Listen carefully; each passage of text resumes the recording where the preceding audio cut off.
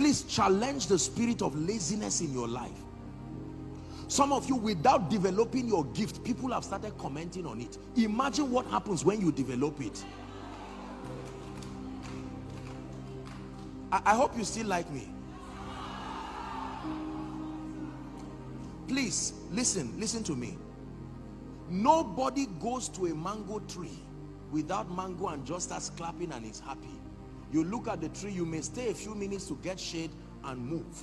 But once it is time for mango, as it starts coming out, the fruit is calling you. The mango does not want followers. The mango is not looking for followers, but it is too gifted to be ignored. The mango does not go around calling for followers. It just keeps building the mango.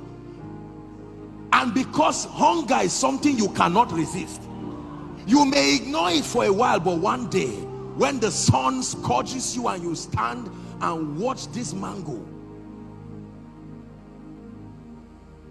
Trees don't call men, they only produce fruits, and men have to swallow their pride. Have you seen the skills that people employ to climb trees? All because they are looking for. I once saw a video of I think they were trying to this palm, I think the one they climb with as though they are climbing a ladder. I said, you mean all this skill to reach that tree? Be gifted and watch how people will inconvenience themselves with joy to come and place a demand on the grace of God upon your life. When people give excuses of time, excuses of comfort, is because your gift is not notable enough. I assure you, ask the herbalist. A politician, respectfully speaking, will come with his whole dignity and meet a man in a tattered room and not ask whether there is AC and not ask whether the man can speak English. The man says, turn behind and move backward, and he says, yes sir, because he knows that my political career is at the mercy of that. May you be so gifted in the name of Jesus. May your gift be so refined that it will be impossible for a generation to ignore you. Believe what I share with you. There are people in this country who cannot go out of a job for 1 month. Believe me. Believe me. In as much as we are saying there is no job, there are companies that if some of their people cough, they will buy a pharmacy, not a drug.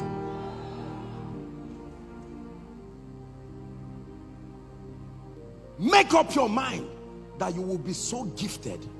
If it's in ministry, discern the dimensions of God's grace that he has put and work it out. Place your life upon it.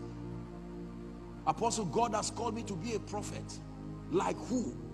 Everything you prophesy is wrong. The world will not place a demand on that kind of grace. Let's in the name of honesty. Are we together? Apostle, God has called me to be a kingdom financier.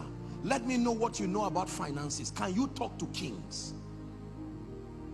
You are talking to your colleagues and you are happy about it. Your colleagues are not billionaires. Thank God for them. But your goal is to be able to mentor kings, that a nation will call you to hear the counsel of God upon your life.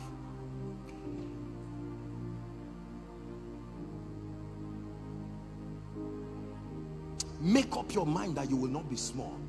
Go back and refine your gifts. Apostle, do you know I can cook? Can the governor eat your food? Because you see, you have to serve kings to receive the rewards of kings. Am I challenging you? Let me tell you this. There is nothing that is of value that is not in sufficient demand in this life to bless you. If you are in every industry, there are people at the top. It's those who are at the top that enjoy the blessings. Shake away mediocrity. When people are clapping for you, look at those clapping for you. If they are not kings, keep moving.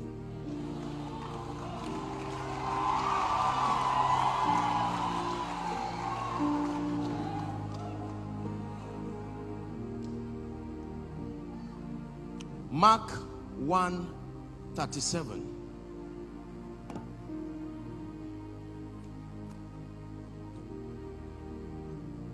And when they had found him, this was the story of Jesus. Jesus had finished healing, doing several things. He ran away to go and just rest and pray, and men would not let him rest. There was such a magnetic property. Let me tell you, being gifted carries a strange magnetic property. It's amazing the level of inconvenience people will go through with joy when you are gifted. I assure you, in today's world, most likely it's only your family that will love you whether you are valuable or not. God and your family members.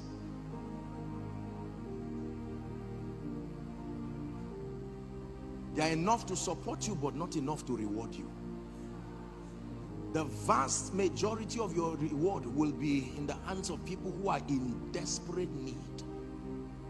They need people who are gifted. I made a vow with God that you will never meet me twice to be blessed. No. Can you rise to that level of grace? Can you rise to that level of value? You are a CEO, your company, what solutions are you providing? Can I meet you once and be addicted to you because of the power of the value that you carry?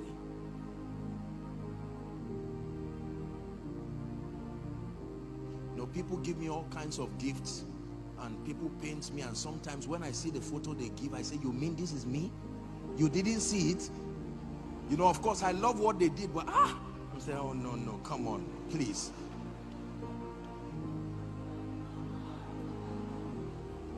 Are we together? And yet there are a few that I look at and I'm like, you drew this? You say, yes sir. What do you do? You say, once in a while I just do it. And I'm saying, my goodness, once in a while? I would pay 1,000 times for this. Nigerians, wake up. Believers, wake up. There is something you have that the world is looking for. And can I tell you, they will not come to you while you are growing. They will come to the refined version of you.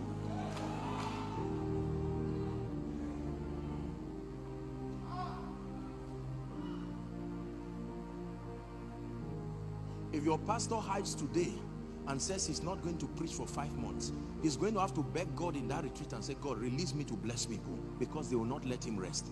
Someone's home at least will be on fire enough for them to call him and say, sir, please wake up. I don't care whether you are having a retreat, in the name of Jesus. If it takes flying you to this place, oh, you need to see how men react to real value.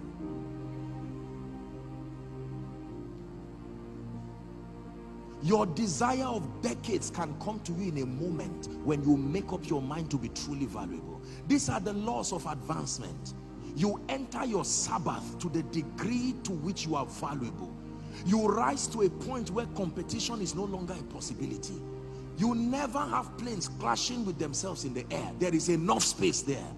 Traffic is usually down.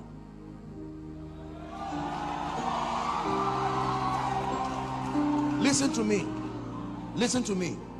Do you know that as I'm standing here right now, I'm rounding up, as I'm standing here right now, no matter how I stretch, I can't see the island. No matter how I stretch, I can't see Abeokuta, Ogun State, because I'm on the ground. But a star can be shining here, and I can call someone in another state. He can still see the same star because it is high to the sky. If you become that star from where you are, you don't have to be moving. Anywhere people look at you, was it not a star that was shining, the same star called the Magi, right to that place where Jesus was? Spiritually, I know that some of us here are in ministry and you came to just honor pastor and honor the conference. God is challenging us. There is a dimension of grace, spiritual illumination, value that can be brought. When you bring something, the table of greatness is still empty, but you don't sit down for nothing. You first present your gift, then you sit down. And life must vet that gift. There is a threshold level of competence and accuracy that grants you access to sit down. Make up your mind that you will take away shame and reproach from your life and your family. In the name of Jesus Christ.